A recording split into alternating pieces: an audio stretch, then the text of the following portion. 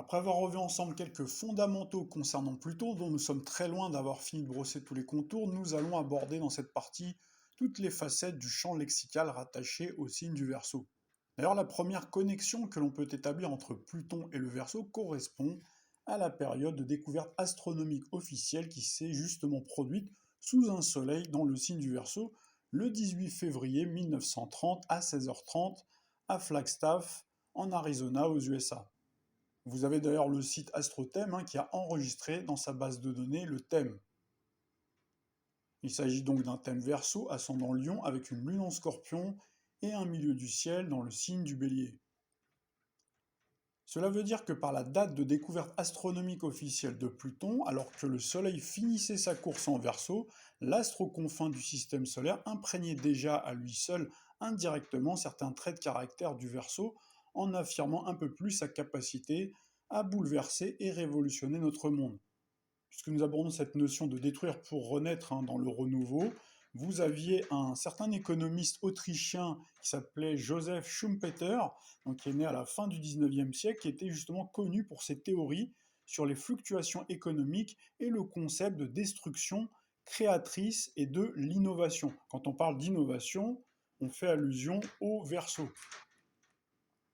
Et c'était, je vous le parie en mille, un natif du Verseau, et effectivement, il était né le 8 février 1883, donc il avait en plus la Lune en Verseau, en plus d'avoir le Soleil, également Mercure et Mars dans le 11e signe du zodiaque. Revenons à notre époque, sous l'influence du transit du puissant Pluton, le 11e signe du zodiaque devrait, selon toute vraisemblance, devenir le signe star zodiacal number one de ces 20 prochaines années.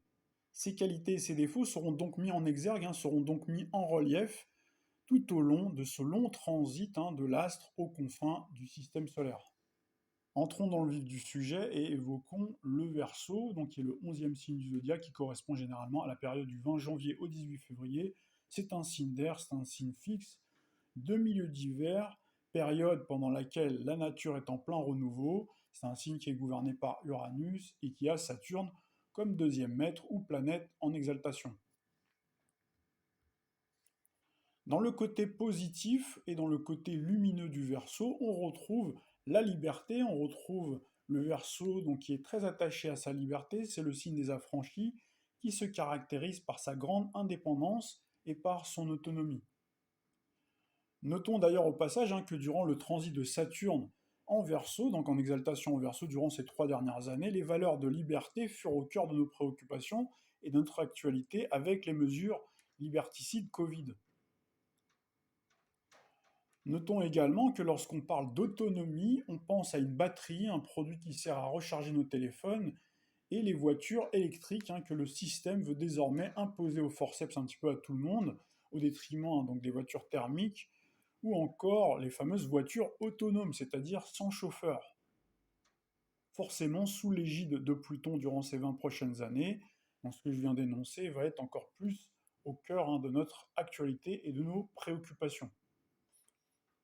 Le Verseau, c'est également un signe volontaire, entreprenant, individualiste, un signe innovant, inventif, intelligent et même très très intelligent. C'est un signe ingénieux. C'est l'ingénieur, c'est le génie, c'est l'alchimiste capable d'associer des contenus, matériaux, substances ou idées au demeurant incompatibles. Le Verseau synthétise aisément des idées abstraites, il est capable de conceptualiser et réduire à des modèles mathématiques des phénomènes très complexes.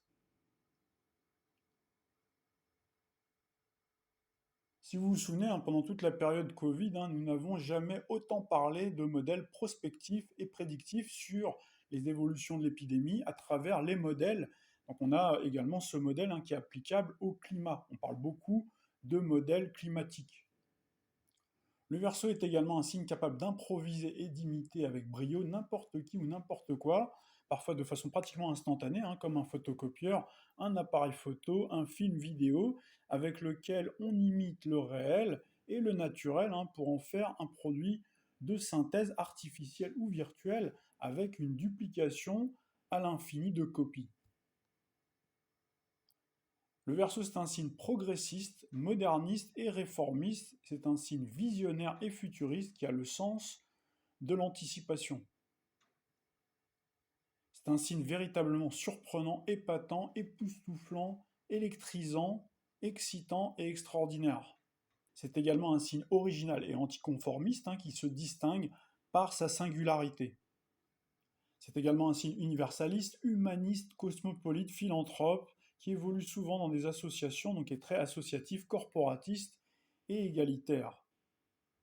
C'est également un signe amical, fraternel, social, sociable, tolérant, permissif, communicatif et théâtral. Dans son bon côté, le Verseau, c'est un signe courtois et charmant. Maintenant aux choses qui fâchent et évoquons le penchant négatif du Verseau. Alors le Verseau peut se montrer désinvolte, provocateur, rebelle, insoumis, contestataire et révolutionnaire. Sachant que révolutionnaire, ça peut aussi être positif, ça peut avoir une connotation positive, mais je l'ai mis dans le côté négatif parce que cette notion, malheureusement, elle a été pervertie. On aura l'occasion très certainement de revenir sur ce sujet. Le Verseau négatif peut être excentrique, extravagant, bizarroïde, exubérant. Ça peut être quelqu'un de complètement sidérant, ahurissant, abracadabrant et déroutant. C'est quelqu'un qui peut se montrer instable, versatile, controversé et polémiste. Le Verseau peut également se montrer très paradoxal, ambivalent. Il peut avoir cette propension à juger les choses à géométrie variable et pratiquer le fameux deux poids deux mesures. Le Verseau est également un opportuniste dans son mauvais côté, c'est quelqu'un qui peut être autoritaire et liberticide, il peut se montrer froid et glacial et complètement déshumanisé. Dans son mauvais côté, le Verseau peut singulièrement manquer d'émotion et de compassion, donc l'empathie, c'est plutôt une vertu poisson ou neptunienne. Le Verseau négatif, c'est également le savant fou ou l'apprenti sorcier qui est capable de s'affranchir des valeurs, de repousser certaines limites de la morale, de l'éthique et de la déontologie, et de la liberté encadrée par la loi pour assouvir sa soif de nouveauté, mais aussi pour se singulariser. Certains Verseaux n'hésitent pas à désacraliser l'ancien, les institutions ancestrales, pour le meilleur, mais surtout parfois pour le pire. Contrairement à ces alter-ego du signe fixe de la roue zodiacale, c'est-à-dire le Scorpion qui est un signe très porté sur le sexe, et également le Taureau qui est un signe sensuel, ainsi que le Lion qui est le signe opposé complémentaire dans la roue zodiacale, qui est un signe passionné, le Verseau est un signe plutôt asexué ou qui a une sexualité variable, aléatoire ou plurielle. Il a une sexualité à géométrie variable et qui peut être fulgurante, foudroyante, mais qui peut par moments friser le degré zéro. On retrouve à travers le Verseau, signe ouvert d'esprit, excentrique, toutes les idées dites progressistes, et vous avez tous les concepts qui commencent par transgenre, transhumanisme, transphobie, transpartisan, transgénique, etc. Avec le Verseau, vous pouvez retrouver des cohabitations ou des attelages improbables de la carpe et du lapin.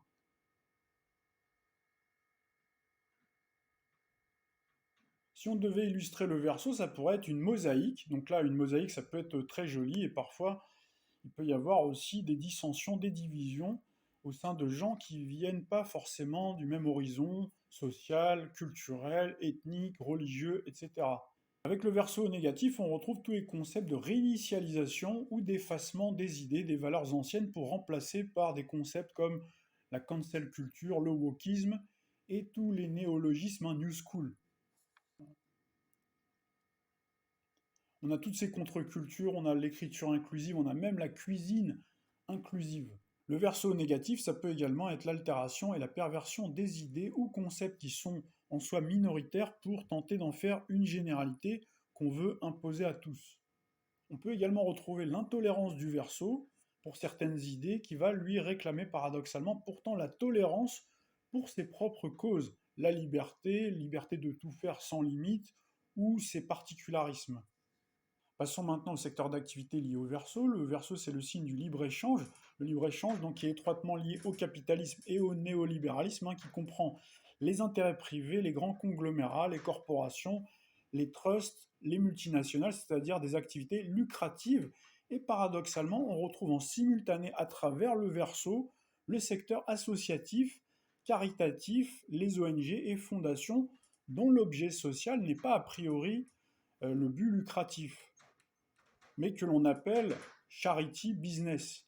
Ce concept existe déjà depuis de nombreuses années, hein. Il est né aux États-Unis et vous allez voir que dans les prochaines années, il va prendre de plus en plus d'ampleur sous l'impact de Pluton qui va transformer le capitalisme que l'on connaît, que l'on décrit, donc que l'on passe sur le grill en ce moment et à juste titre, pour le faire muter dans une forme différente de celle que l'on a connue.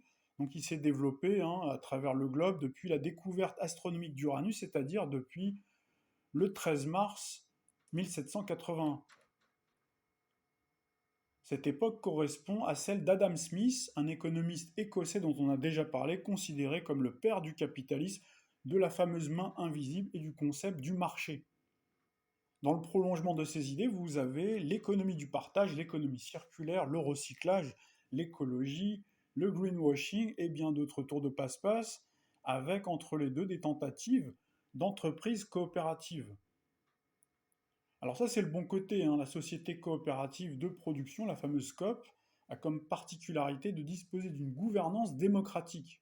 C'est-à-dire que vous avez des salariés qui ont un statut d'associé et qui sont obligatoirement associés majoritaires de la société. C'est-à-dire qu'ils possèdent au minimum 51% du capital social. Donc ça, c'est plutôt un bon modèle, mais est-ce que vous pensez que la plutocratie va laisser se développer ce type de forme juridique? D'autant que cette forme juridique, qui existe depuis de nombreuses années, il doit y avoir environ 3800 entreprises en France, donc qui sont sous cette forme juridique de SCOP, donc qui représentent quand même au total 71 084 salariés, et qui représentent un chiffre d'affaires de 7,7 milliards d'euros, donc qui est effectivement en plein développement. Donc on verra, est-ce que ça va prendre le pas sur les systèmes traditionnels qui sont effectivement extrêmement inégalitaires, on peut le voir puisqu'il y a une accumulation de richesses en haut de la pyramide et donc une paupérisation, une pauvreté donc au niveau de la base. C'est vrai que quand on est partie prenante d'un projet entrepreneurial, qu'on est actionnaire, forcément on va beaucoup plus s'impliquer dans la vie de l'entreprise et inversement on retrouvera des dividendes et des revenus en conséquence donc de la prospérité de l'entreprise. Donc là, on retrouve l'aspect positif du côté égalitaire. Mais avec le Verseau qui veut se singulariser et qui a tendance à éliminer les concurrents, qui veut être l'unique, qui veut être le seul, donc il y a des risques malheureusement que ce type d'entreprise, ce type de structure ne soit pas dans le futur beaucoup plus lointain, c'est-à-dire avant la fin du cycle de Pluton, majoritaire. D'ailleurs, il ne l'a jamais été en France, alors qu'il aurait pu être développé depuis très longtemps. On a également tous les secteurs d'avant-garde, le secteur de l'innovation, les nouvelles technologies, le secteur de l'informatique, le monde de l'information, l'univers de l'audiovisuel, de la télévision, le monde des médias et des télécommunications, tout ce qui permet de connecter les individus. Le Verseau, c'est aussi le signe du théâtre, de la télé-réalité, c'est le signe également du cinéma si on l'associe au Poisson, et si on l'associe également aux Gémeaux et au Lion. Donc le Poisson, c'est le signe de l'imaginaire, le Gémeaux, le signe de la comédie, et le Lion, le signe de la créativité et le signe du spectacle.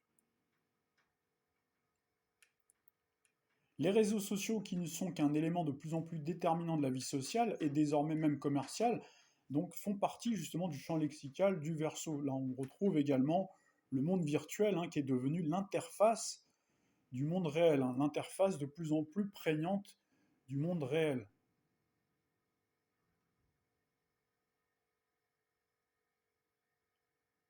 Donc vous retrouvez bien à travers le Verseau l'univers du virtuel, le numérique, Internet, le commerce et la monnaie digitale.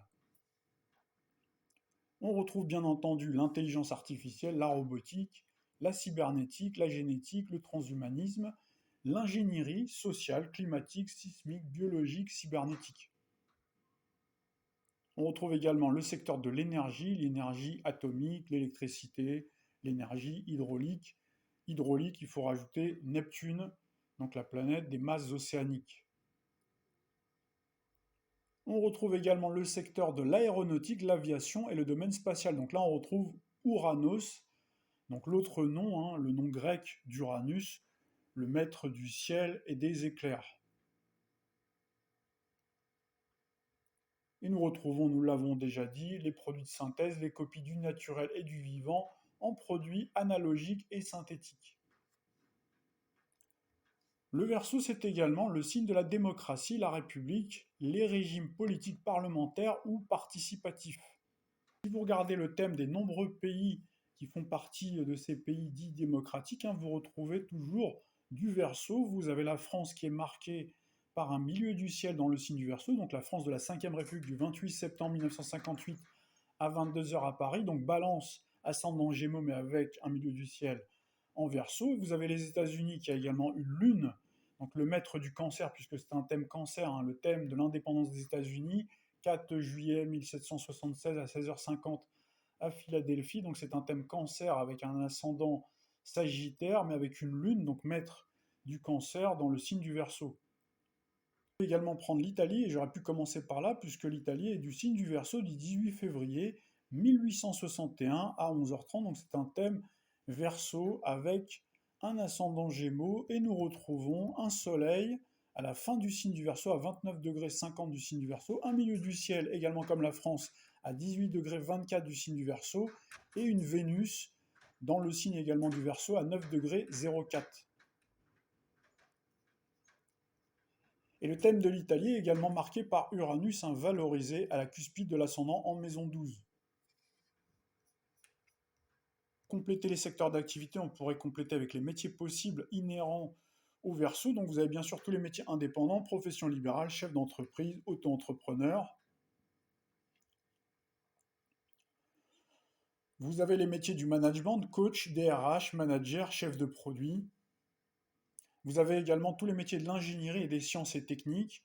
Donc là, vous avez ingénierie dans l'acoustique, automaticien, hydraulicien, ingénieur dans l'énergie, dans les centrales nucléaires, ingénieur en domotique et en mécanique, ingénieur en optique, ingénieur en robotique. Donc vous avez tous les métiers high-tech, informaticien, webmaster, programmeur, développeur. Les métiers corollaires dans l'industrie et la maintenance, électricien, électrotechnicien, régleur de machines-outils, ascensoriste, réparateur de produits techniques. Et vous avez bien sûr tous les métiers futurs qui sont déjà actuels, les métiers de l'intelligence artificielle, du big data, de la cybersécurité. Donc ce sont tous les métiers d'avenir. Alors qu'il y a certains métiers qui vont disparaître, mais ces métiers-là sont plutôt des métiers d'avenir. Donc là, on parle bien du Verseau quand on parle de l'avenir. Et justement, vous avez tous les métiers de prospective comme météorologue, statisticien, numérologue, futurologue, astrologue et voyant. Alors vous avez bien sûr tous les métiers des médias, on l'a dit tout à l'heure, cinéma, télévision, publicité, cadreur, les métiers humanitaires ou à caractère philanthropique, travailleur social, bénévole d'association ou responsable dans une ONG. Vous avez également tous les métiers qui sollicitent l'intelligence spatiale, les métiers du graphisme comme dessinateur, graphiste, web designer. Vous avez également tous les métiers commerciaux, technico-commerciaux et publicistes. Et vous avez également, on l'a dit tout à l'heure, les métiers d'acteurs de cinéma, de théâtre et les candidats de télé-réalité.